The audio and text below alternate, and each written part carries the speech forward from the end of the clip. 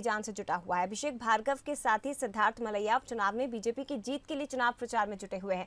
चुनाव प्रचार थमने से एक दिन पहले बंसल न्यूज ने सिद्धार्थ मलैया से खास बातचीत की, जिसमें सिद्धार्थ मलैया ने नगर का प्रभारी बनाने के साथ साथ दमोह सीट गणित पर भी अपनी राय दी है और इसके साथ ही ये भी बता दिया कि अगर उपचुनाव में बीजेपी 13 सीट जीतती है तो जयंत मलैया दमोह से उम्मीदवार होते।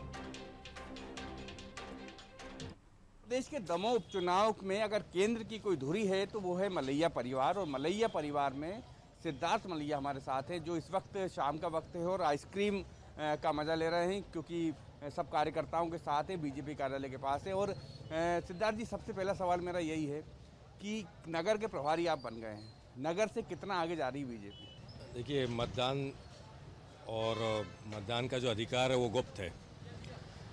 हम कितना आगे जा रहे हैं ये मैं कह के मतदाता के अधिकार पर हनन नहीं करना चाहता। मैं कितनी बड़ी बात कहूँ कि हम इतने आगे हैं या पीछे हैं, ये ठीक नहीं है। हम अपना काम कर रहे हैं, मेहनत से काम कर रहे हैं, सारे कार्यकर्ता साथी, हमारे जितने पदाधिकारी बाहर से आए हैं, प्रवासी कार्यकर्ता हैं।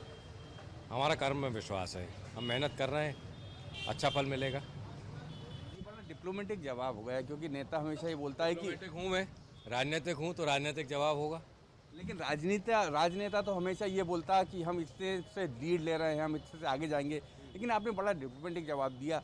इससे कई सारे मायने निकल जाएंगे। बहुत सारे मायने, सबके अपने अलग अलग तरह के हैं, पर मैं जो कहना चाहता हूँ वो सिर्फ इतना है कि हम अपना काम कर रहे हैं, हम अपनी कोशिश कर रहे हैं, सारे साथी कार्यकर्ता लगे हुए हैं, सारे हमारे नेतागण दिन रात मेहनत कर रहे हैं, जनता के बीच में जा रहे हैं और हमने क्या काम किया है, अपना पार्टी के काम को आगे लेके जा रहे हैं, उन्हें बता रहे हैं कि हम क्या काम किया है और क्या काम हम कर सकते हैं। एक बात ये आ रही कि आखिरी चुनाव के जब प्रचार खत्म होने वाला तो उससे 2 दिन पहले नगर का आपको प्रभारी बनाया गया, या तो ये देर हुआ या फिर इसके पीछे कोई खास रणनीति है?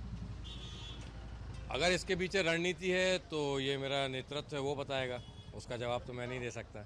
कब देर लगाना है, कब लगाना है, किसको लगाना है, कहाँ लगाना है, ये सब एक रणनीति का हिस्सा होता है और वो उसका हिस्सा होगा। ऐसा देरी तो नहीं हुई, ये मेरा सवाल का एक हिस्सा ये भी था कि देर तो नहीं हो गई। मैं छोटा कार्यकर्ता हूँ, देरी हुई या देर आए दुरुस्त आए, पर मैं छोटा कार्यकर्ता हूँ, सामान्य कार्यकर्ता हूँ। जो मुझे आदेशित करते हैं, जैसा जहाँ लगाते हैं वैसा मैं लगा हूँ। लेकिन ये एक सवाल जो पहले दिन से था और आज भी वही बरकरार है कि सिद्धार्थ मलैया क्यों उम्मीदवार नहीं है। हालांकि सवाल पुराना हो चुका है, लेकिन अभी भी मौजूद है, अभी भी लोगों के दिमाग में, जहन में ये बात है। सिद्धार्थ मलैया इसलिए उम्मीदवार नहीं है चूँकि वो राहुल सिंह लोधी नहीं थे, दमोह 55 विधानसभा से वो विधायक नहीं थे। जो विधायक है उसने इस्तीफा दिया और पार्टी ने उसे स्वीकार किया, यह मानते हुए कि उसको अगले उपचुनाव में वो लड़ाएंगे, इसलिए वो मैं उम्मीदवार नहीं हूँ। भविष्य की कोई चर्चा? भविष्य का भविष्य में देखेंगे।